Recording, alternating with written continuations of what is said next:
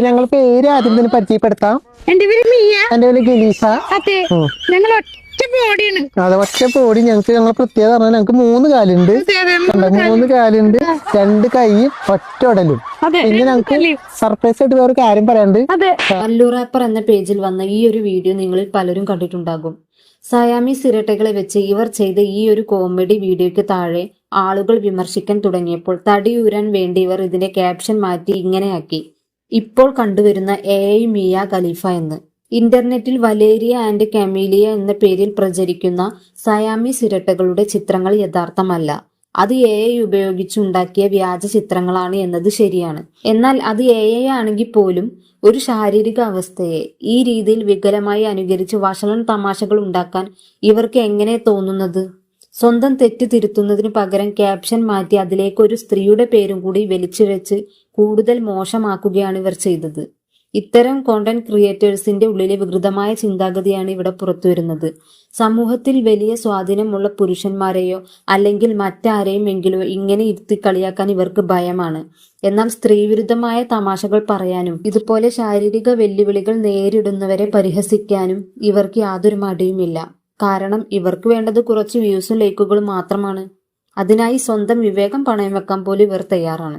ഇവർ തടിയുരാൻ വേണ്ടി പറഞ്ഞ ആ AI ട്രെൻഡിനെ കുറിച്ച് പറയുകയാണെങ്കിൽ, കഴിഞ്ഞ കുറച്ചു കാലങ്ങളായി ഇൻസ്റ്റഗ്രാമിലും ടിക്ടോക്കിലും ലക്ഷക്കണക്കിന് ആളുകളെ പറ്റിച്ച ഒരു പ്രൊഫൈലാണ് ഞാൻ നേരത്തെ പറഞ്ഞ വലേരിയ ആൻഡ് കമീലിയ. മോഡലുകളെ പോലെ മനോഹരമായി വസ്ത്രങ്ങൾ ധരിച്ച് നിൽക്കുന്ന 2 തലയുള്ള സയാമീസ് ഇരട്ടകളുടെ ചിത്രങ്ങളായിരുന്നു ആ അക്കൗണ്ടിൽ ഉണ്ടായിരുന്നത്. 2 തലയും ഒരൊറ്റ മൂടും എന്നായിരുന്നു അവരുടെ ബയോ. ഇന്റർനെറ്റിലെ ലക്ഷക്കണക്കിന് ആളുകൾ ഇത് സത്യമാണെന്ന് കരുതി അവരെ ഫോളോ ചെയ്യുകയും അത്ഭുതപ്പെടുകയും ചിലർ വളരെ മോശമായി കമന്റ് ഇടുകയും ഒക്കെ ചെയ്തിരുന്നു. എന്നാൽ പിന്നീട് സൈബർ വിദഗ്ധർ കണ്ടെത്തിയ പരിശോധനയിലാണ് മനസ്സിലായത് അങ്ങനെ ഒരു ഇരട്ടകൾ ലോകത്ത് ജീവിക്കുന്നേയില്ല എന്ന്. കമ്പ്യൂട്ടറിൽ AI ഉപയോഗിച്ചുണ്ടാക്കിയ കൃത്രിമമായ വ്യാജ ചിത്രങ്ങളായിരുന്നു അത്. ഇതേപോലെ തന്നെ ഈജിപ്ത്യൻ പശ്ചാത്തലത്തിലും ചെരിഫ് AI എന്നൊരു പേജിൽ 2 തലയുള്ള സയാമീസ് ഇരട്ടകൾ ഒരാളെ കല്യാണം കഴിച്ചു എന്ന രീതിയിൽ ഡീപ്പ് ഫേക്ക് വീഡിയോകൾ പ്രചരിച്ചിരുന്നു. ഇതിനെയാണ് വ്യൂസ് കൂട്ടാൻ വേണ്ടി ചിലർ AI മിയ ഖലീഫ എന്നൊക്കെ വിളിച്ച് ട്രോളാൻ തുടങ്ങിയത്. മല്ലു റാപ്പർ എന്ന ഈ പേജ് ചെയ്തത് ഇന്റർനെറ്റിൽ കിടക്കുന്ന ആ AI ട്രെൻഡിനെ തങ്ങൾ കോമഡിയാക്കുകയാണ് എന്നാണ്. ഒരു സാങ്കേതിക വിദ്യ ഉപയോഗിച്ച് ഒരാൾ ഒരു ശാരീരിക അവസ്ഥയെ വിൽപ്പനയ്ക്ക് വെക്കുമ്പോൾ അതിനെ അതേപടി അനുകരിച്ച് വഷളൻ തമാശകൾ ഉണ്ടാക്കുന്നത് വലിയൊരു ക്രിയേറ്റിവിറ്റി ആയിട്ടാണ് ഇവർ കാണുന്നത്. നിങ്ങൾ തമാശയാക്കി കാണുന്ന ഈ അവസ്ഥയോടെ ജീവിക്കുന്ന യഥാർത്ഥ മനുഷ്യരുടെ ജീവിതം എന്താണെന്ന് നിങ്ങൾ അറിയണം. ലോകം ഏറെ അത്ഭുതത്തോടെ നോക്കിക്കാണുന്ന സയാമീസ് ഇരട്ടകളാണ് ആബി ഹെൻസലും ബ്രിട്ടാനി ഹെൻസലും. 1990-ൽ അമേരിക്കയിലാണ് അവർ ജനിക്കുന്നത്. ഇവർ ജനിച്ച സമയത്ത് ഡോക്ടർമാർ വിചാരിച്ചത് അവർ അധികകാലം ജീവിക്കില്ല എന്നാണ്. കാരണം 2 തലയുണ്ടെങ്കിലും ഇവർക്ക് ഒരൊറ്റ ശരീരവും ഒരൊറ്റ പ്രത്യുൽപാദന വ്യവസ്ഥയുമാണുള്ളത്. എന്നാൽ ഇവരുടെ മാതാപിതാക്കൾ അവരെ ശസ്ത്രക്രിയ വഴി വേർപെടുത്താൻ സമ്മതിച്ചില്ല. കാരണം അങ്ങനെ ചെയ്താൽ ഒരാൾ മരിക്കാൻ വലിയ സാധ്യതയുണ്ടായിരുന്നു. അവർ അവരെ സാധാരണ കുട്ടികളെപ്പോലെ തന്നെ വളർത്തി. ശരീരത്തിന്റെ ഇടതുഭാഗം ബ്രിട്ടാനിയും വലതുഭാഗം ആബിയുമാണ് നിയന്ത്രിക്കുന്നത്. 2 പേരും 2 വ്യത്യസ്ത വ്യക്തിത്വങ്ങളാണ്. 2 പേർക്കും വ്യത്യസ്തമായ ആഗ്രഹങ്ങളും ചിന്തകളും ഉണ്ട്. എന്നാൽ അവർ ഒരേ മനസ്സോടെ ഒത്തുചേർന്ന് പിയാനോ വായിക്കാൻ പഠിച്ചു, സൈക്കിൾ ചവിട്ടാനും നീന്താനും ഒക്കെ പഠിച്ചു. അതിനേക്കാളൊക്കെ ഉപരി 2 പേരും ചേർന്ന് ഒരു കാർ ഓടിക്കാൻ വരെ പഠിച്ചെടുത്തു. കാർ ഓടിക്കാൻ പഠിച്ച കഥ പറയുകയാണെങ്കിൽ, ഇരുവരും 2 ഡ്രൈവിംഗ് ലൈസൻസ് പരീക്ഷകൾ വെവ്വേറെ എഴുതി പാസ്സായി 2 ലൈസൻസ് നേടിയവരാണ്. വണ്ടി ഓടിക്കുമ്പോൾ ആബി ആക്സിലറേറ്ററും ഗിയറും നിയന്ത്രിക്കുമ്പോൾ ബ്രിട്ടാനി ഇൻഡിക്കേറ്ററുകളും ലൈറ്റുകളും നിയന്ത്രിക്കുന്നു. സ്റ്റിയറിംഗ് 2 പേരും ചേർന്നാണ് പിടിക്കുന്നത്. എത്രത്തോളം പരസ്പര ധാരണയോടെയാണ് അവർ ജീവിക്കുന്നതെന്ന് ഇതിൽ നിന്ന് നമുക്ക് മനസ്സിലാക്കാം. അവർ തങ്ങളുടെ പരിധികളെല്ലാം തോൽപ്പിച്ച് സർവകലാശാല വിദ്യാഭ്യാസം പൂർത്തിയാക്കി. ഇന്ന് മിനസോട്ടയിലെ ഒരു സ്കൂളിൽ 5ാം ക്ലാസ് കുട്ടികളെ പഠിപ്പിക്കുന്ന അധ്യാപകരായി അവർ ജോലി ചെയ്യുകയാണ്. അവിടെ മറ്റൊരു പ്രത്യേകത കൂടിയുണ്ട്. അവർ സ്കൂളിൽ കുട്ടികളെ പഠിപ്പിക്കുമ്പോൾ 2 പേർക്കും കൂടി ഒരു ശമ്പളമാണ് സ്കൂളുകാർ കൊടുക്കുന്നത്.